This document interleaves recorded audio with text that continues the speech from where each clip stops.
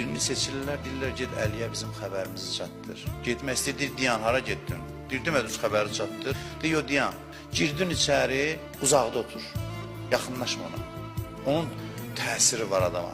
Birdən yemək zat təklif edirlər, yeməyə, yeməyində nəsə var ki, sənə çəkəcək özünə tərəf. Deyir, yaxşı yemərəm. Deyir, caduya qarşı bu dua var, tilsimə qarşı. Bu duanı oxu ki, Əlinin təsirinə düşünəsən. Gəlir, girir içəri, Həzrət Əli salam oturub, salam, kobud verir, salam, bir əleyhə salam, tüm cavab verir Həzrət Əli. Deyir, gəl yeməkdən, içməkdən qonaqsan, heç nə lazım deyil.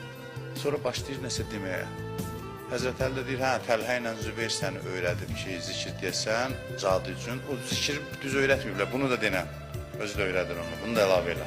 Bu da soyuq danışır. Həzrət Əli də ona çox belə zahirən məhəbbət göstərmir. Amma elə ki, baxır, üzünə baxır.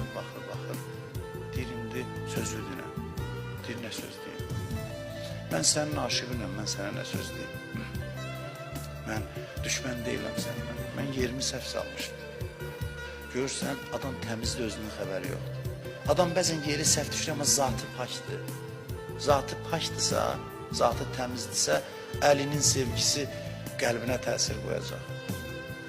Müqavimət göstərən adam aşığına çevrilir. Bir icazə verin, mən gedim sənin yolunda düş. Heç nə söhbət olmayıb, ona nəsə başa salsın, desin, haqq budur, batil budur, görüşüb əs eləyib, yaxından görmək.